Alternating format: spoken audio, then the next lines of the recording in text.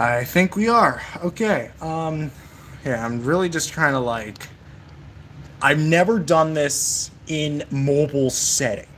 I apologize for that, but yeah, we're just kind of making do. So I do apologize if you don't hear me well because I do have a fan going, but I'm right behind the phone because the me phone. There we go. There we go. Object Show fans, you're happy.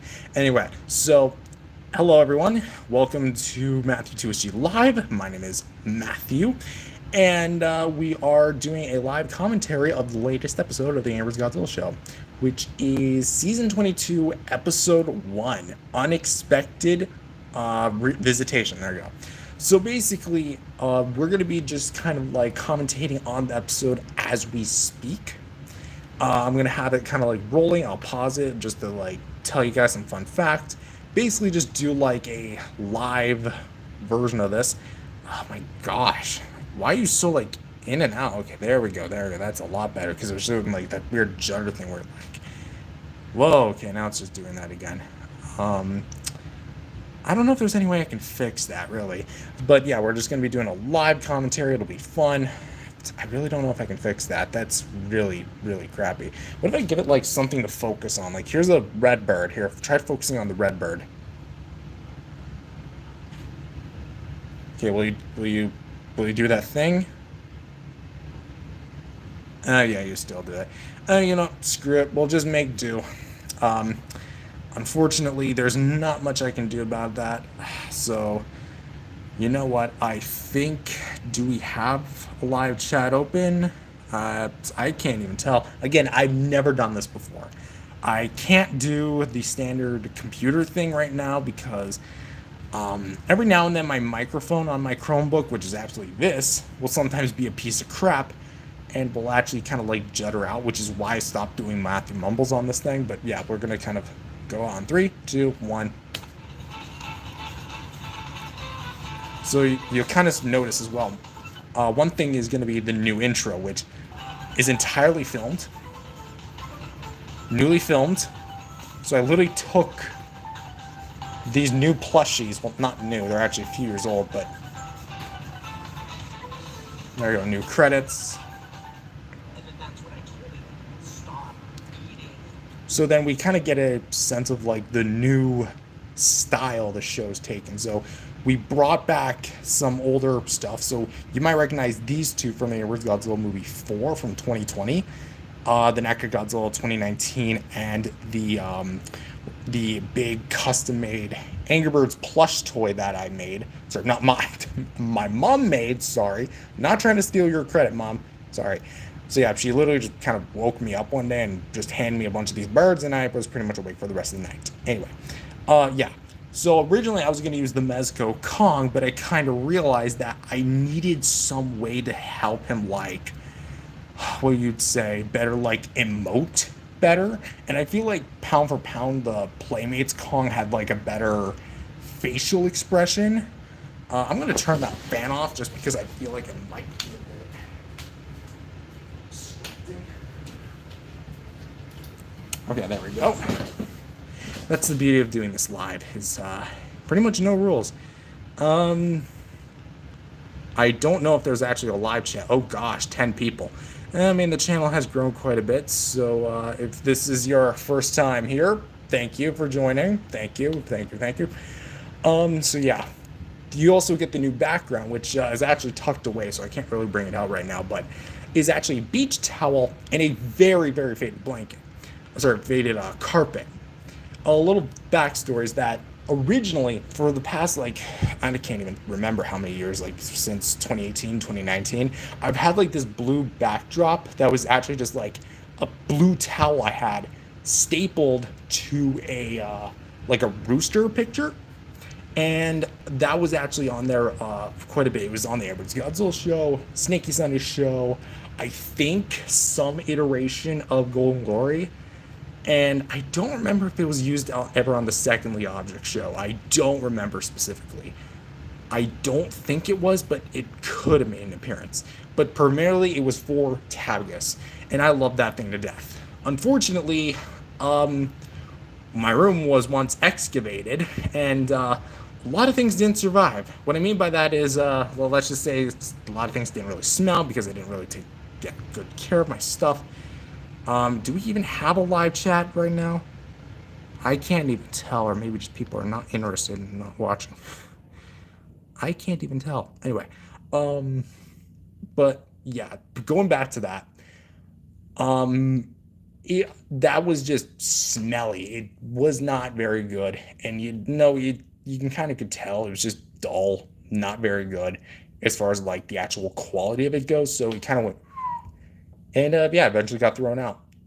Thank goodness that the blue carpet or the green carpet did survive for a little while, and I did have it up until late last year, where thrown out. You want to know the reason? Smell bad. And that part I don't really believe because guess what? It was sitting on my desk. That's it. So what was making it smell bad? The odor gremlins? Probably the ones that come from my armpits. It's natural bodily function. Anyway, let's get back to this. Like, pig. Sheesh, you'd think he'd understand the first time. And he still won't sign the peace treaty? Nope. This dude was there trying to get us to agree on a simple deal where the pig would leave us alone if they just returned our eggs. But then King Pig got pissed at me, simply for just using a common term. What a puppet. To be fair, you did use a term that's offensive to pigs. You think I cared back then? Hell no. Those Dr. Seuss circloids got what they deserved. What happened after the altercation? The guys started playing our classic theme song to try and calm us down after I told the pigs to f*** off. And yes, I did actually swear in that original like clip. um, let's actually kind of throw back to what they said. So they were talking about how there was this pig like peace treaty thing. Also, I want us to give a see hi to our first, of course, with the crown there. I'm gonna assume that's a what is it? Top fans. All right, good job. To Sheena Roy. Sorry, Sheena Roy. If I mispronounce your name, I'm sorry about that. You're the first one in our live chat. Thank you, sincerely. But yeah, going back to this, basically what they were talking about was actually a old Angry Birds video I watched as a kid, and it was like a live action like adult comedy skit, I think. And basically there was like this guy who was trying to get the pigs and the birds to kind of like settle their rivalry by having this peace treaty, and it was actually pretty funny. So I decided to just throw a reference to this in here. I'm pretty sure it was referenced in past episodes, and it was even referenced in the original version of the Golden Lord movie, which will be brought back for the animated Object Show Adventure movie. But as it stands, this is where it was referenced by. In fact, even the late Rebecca K. Lunetta, who was the older voice of Diamond, even commented on that when she watched the film. So thank you. I still miss her. You know, it's been a year and a half since she passed. It still hurts, you know, but Damn, sounds like somebody got really riled up that day. Did you guys at least agree to it in the end? Well, we did. We were about to. But just as he was about to take our photo, the cameraman revealed himself to be Chuck and provoked the pigs once again. And then you guys were just magically back to square one. More like triangle one in this case. But yes, they made a fort out of the bookshelves in the room, so we made a slingshot out of the curtain. Needless to say, I think we won that bout. Has there been any instant where the pigs have won? They actually have won against us before in a competition called the Competition of Being the Worst. Well, surely you must be on better terms with them now. How's your relationship? okay. A little trivia. Of the three here, I would say Kong was the hardest to puppeteer because I wanted to make sure my hands were not visible that much. I do kind of like tend to loosen that up a bit, like in the next episode of this specific season. But between the three of them here, I would say Kong was the hardest. The reason why is because, specifically design speaking, Godzilla has like a lot of these shots where his feet were off screen, but also his tail. So I'd be like over here. Let's pretend like he's over here, the tails are here. I'd always be like grabbing his tail, kind of like jostling it a bit. For Red, I can actually bring the prop here. This is the one I use on screen. I almost like shake him, bobble him up a bit. But with Kong, I had to make sure that my fingers were like, so his foot would be right here, and I'd be like clamping down on them with my fingers, almost doing like a scissoring motion, or like grabbing him like a pair of tongs, and I'd be like kind of shaking him a bit. That was pretty hard, honestly. With the pigs nowadays. To be honest, I still don't like them. Why? They haven't stolen anything of yours in years. They're retired, and they're trying to do themselves better. I mean, I get that, but that's not the reason why I don't like them anymore. Or never really did. Then explain yourself. What's the actual reason why you don't like the pigs? Oh boy, where do I even start? They're just annoying these days. I get that they're trying to do better than they were 20 years ago, but I still don't like them. They're gross, they're disturbing, and I think one of the pigs is even a science experiment gone wrong when they were trying to clone more pigs. Red, I'm gonna be honest here, that's pretty insensitive of you to say. But it's the truth. The truth hurts sometimes, doesn't it? Plus, not everyone is going to like you. You don't even know the pigs personally, man. You haven't even given any of them a chance since the war against Gigantus ended. Listen, Red, I get your history with them isn't necessarily the best, but this is now.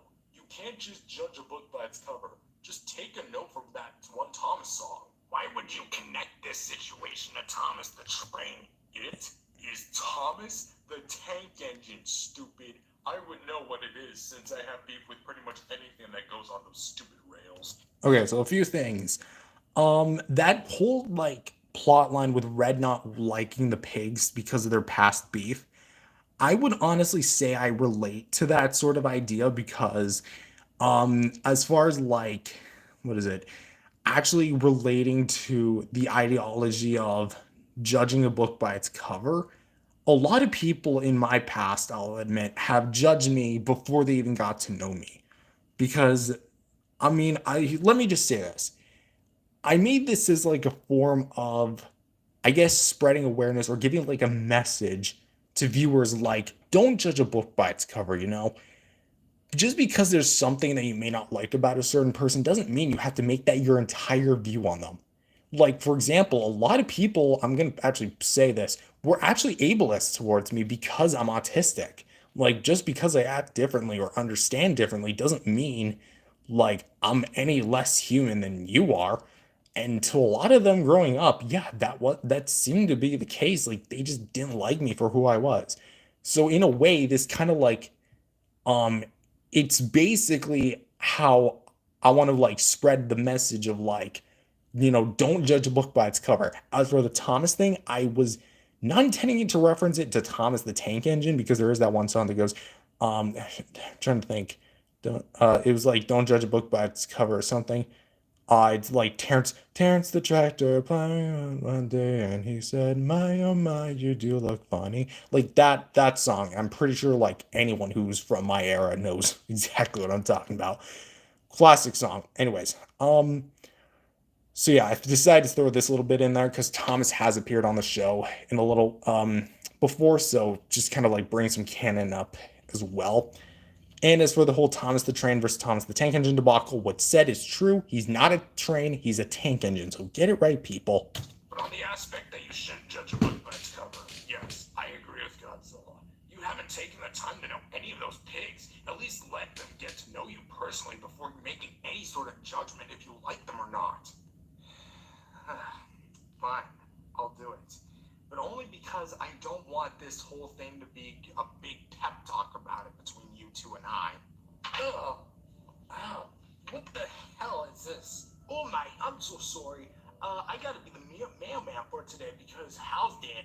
I'm sorry, Hal is what? Nah, just kidding, mate. He's in the hospital after getting hit by Lightning McQueen. Ah, I see. Wait, what? Just read the damn letter, mate. I gotta go deliver some more mail. Okay, then. Well, let's see what... Okay, again, we're gonna throw some more trivia in there. When Chuck actually says that Hal was in the hospital, which it is true, was originally true, I was intending it to be without Hal. It wasn't until I was writing the script and I was like, oh crap, Hal's already in the episode. I put him in. I voice acted him. What do I do? There is an answer in the next episode, but I'm just gonna say it is a continuity error. Was, but then it kind of gets rectified in the next episode. So hey, it's learning from your mistakes, right? Something I wish a lot of people would know these days. Learning from your mistakes, huh? We got here. What does it say? We're about to find out, you two-brain dummy. I'd rather be a two-brain dummy than a two-brain cell idiot like you. It says here it's from the Amazon rainforest. The Amazon? Why would anyone from the Amazon write letters here? Just use email or something. It's 2030. People really need to get with the times. Notice how he says 2030. Again, little trivia. The Aaron's Godzilla movie 4 takes place in the year 2024. And then season 21, which is the precursing season to this, takes place in 2029, 5 years after the events of the War of Gigantus. So we've got a little bit ways away until we're really in this guy's timeline, aren't we? So 2030, just a year after. Let's see. To Red J. Bird. From who? From Blue? Who's Blue? Blue? It's been a while since you last brought him up. Blue's an old friend of mine. Years ago, these bird poachers came to Bird and Monster Island and kidnapped me and the other angry birds. We were forced in the cages and all flown to Rio de Janeiro. Literally, the events of the game are pretty much almost canon. The only difference is that it wasn't just Bird Island they were stolen from, it was Bird and Monster Island. And also, they didn't come from this way, they came from this way. I think at that point it's just west. Where we were stored in a facility with other birds in cages. That's where I later met Blue and his later partner, Jewel. Rio de Janeiro. I'd always want to go there. Trust me, man.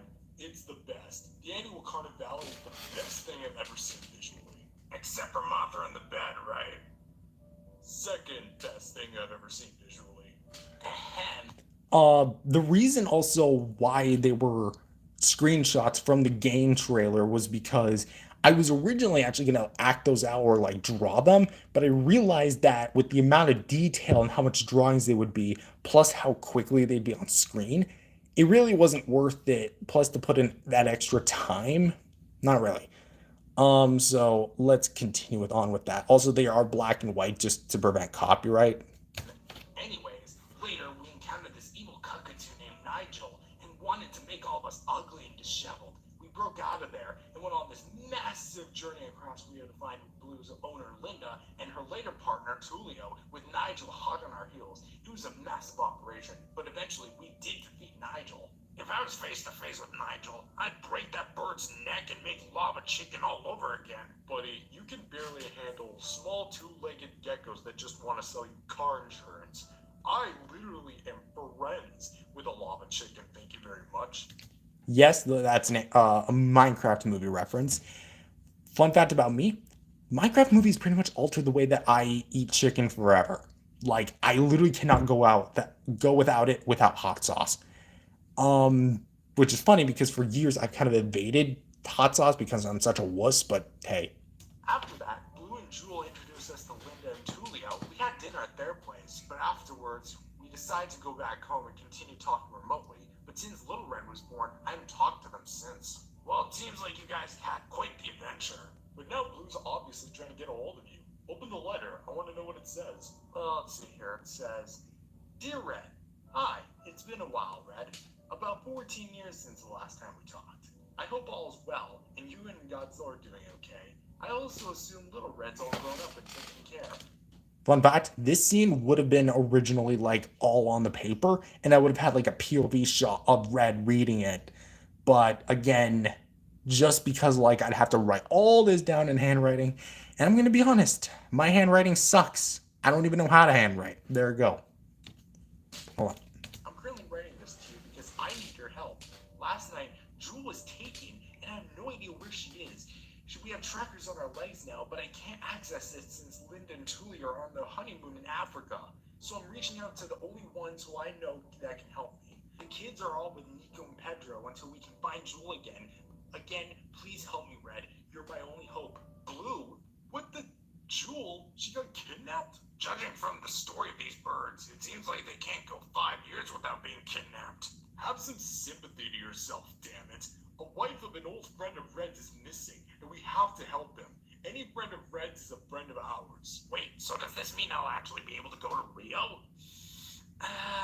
Listen, you two. I think we just need to go on this adventure alone, us Angry Birds. Blue only knows us and needs our help. And besides, I just want this to be a reunion between friends, if that makes any sense. But this is called the Angry Birds and Godzilla show, not the Angry Birds and Rio show. Excuse me, but where am I in the title of the show? Here, the Angry Birds Godzilla show, now featuring that stupid women-simping monkey that gets shot down by bullets and falls off buildings. Now you're just being an asshole. But you know what? Okay, a few things to note about that one scene. When I had originally recorded that, yes, I did say the A word.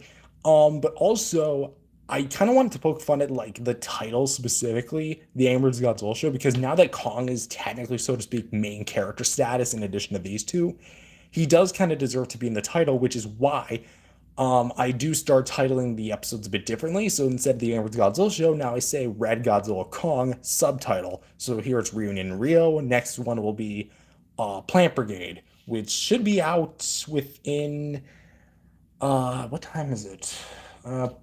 Just next like 11 to 10 hours. So give it a take. Correct. Come on. Sure. By all means, go on this adventure with your other friends. Plus, I probably got some duties that are calling me over here too. Come on, Red. Can I at least come? I just want to see Carnival. Kong, let Red be on this for now. Plus, Carnival isn't for another few months. You'd be able to get there in just a few minutes with the Hollow Earth portal. Wait, that's right. The Hollow Earth portals. We can use those to get to the Amazon. Originally, they weren't even going to use the Hollow Earth, but I decided just for time and convenience sake to just use something that was already pre-established in the more Godzilla and Kong side of the centric TABAGS lore, but they still can access it. Do they have one that goes to the Amazon rainforest? Yes, they do actually. But just know you're going to be met with a lot of dense forest. Duh, it's the Amazon rainforest, not the Amazon wasteland. How about you stop being dense in the head, or I'll put my fist down your throat. Those tiny little arms of yours wouldn't even be able to get past my tongue, idiot. Well, thank you, both. I love writing Godzilla and Kong's little like brother rivalry because, in my personal opinion, that these guys have different types of relationships. It's Godzilla and Kong, like Godzilla and Kong here. They have a very antagonistic brotherly relationship where they get on each other's nerves. Red and Godzilla are like buddy buddies, They do make jokes, they do tend to make fun of it, but it's a lot more chilled and laid back, dialed back, whatever, compared to these two where they're constantly at each other's throats. They remember their rivals, but they're like friendly rivals now. Honestly, I just have to round up the rest of my old gang and let them know that we have an adventure on our, hypothetically speaking, hands. You can see my little reflection. Why are we all here? We're busy. I've gathered you all here for some very important news. We're going to Brazil again. Nerd. Wait, Brazil? I've never been there before. I'll tell you the whole tale on the way. But basically, me and the rest of the gang have some history with the place. Oh my, it was so much fun. I can't wait to see how Blue's doing again. See, that's the thing. Blue isn't doing so well. How do you know that? Jewel was kidnapped overnight. Blue wrote to me via letter and told me everything. So we need to use the Hollow Earth portal to get to the Amazon and reunite with him and save Jewel in the process. I keep thinking you're saying my name instead of his name. Well, just to differentiate it, your name is spelled with an E. His isn't. So wait. I threw that in just to like differentiate blue versus blues. Blue versus blue, like Rio blue versus this blue, because technically speaking, this version of blue is actually Blue Jim, Jay, and Jake merged into one. So we get to go on a trip to the Amazon by ourselves? Hell yeah! Yep. Make sure you got what you need: your anger, your thinking caps, and a lot of nostalgia, because these 2010s gaming icons are about to hit it big again. Don't worry, we'll be right here when it's all over. Good luck, Angry Birds, and may you have a great trip. See you guys later. See you guys soon. Alright, gang, let's go. And there we go. That's the end of the episode. I'm gonna be like totally honest. This was pretty fun to make. I did have a bit of trouble filming it, but that's only because I wanted to like push the boundaries, do different camera angles. You do actually get quite a bit of different camera angles in the next episode chronologically, which is season 23, episode 1, which will again come out later today. But to pretty much like summarize, this is like the new era of not just the channel in specific, but also like the entirety of the series. Because again, I'm really trying to push the boundaries, show people what I can bring to the table in the world of YouTube. In a world that's like constantly filled with, you just see like the same big YouTubers all the time. Us smaller ones realistically don't get the chance to like shine with our talent. So this episode, I hope, can like kickstart what people can actually come to the channel and expect to see. And I do intend on keeping that. As I earlier today, I did finish, well, actually, technically speaking, yesterday, I did finish the next episode of season 22, which is all filmed, all edited, and I'm right now writing the next season 23 episode. That's kind of like what I'm doing now. Season 22, season 23, do. And yeah, again, I just want to do more big scale projects like this. As for when the next episode drops, it'll come out next Saturday. It's not this one, next one. So do keep on the lookout for that.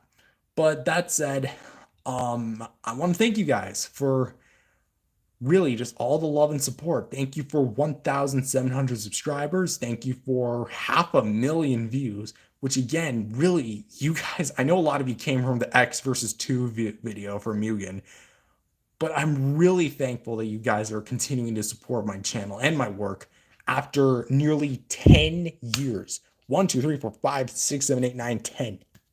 10 years. Thank you all so much. And anyways, it's getting late, so I'm going to call it for tonight. Again, I'll see you guys in the next video and the next live stream. Thank you for joining me, and I will see you guys all next time.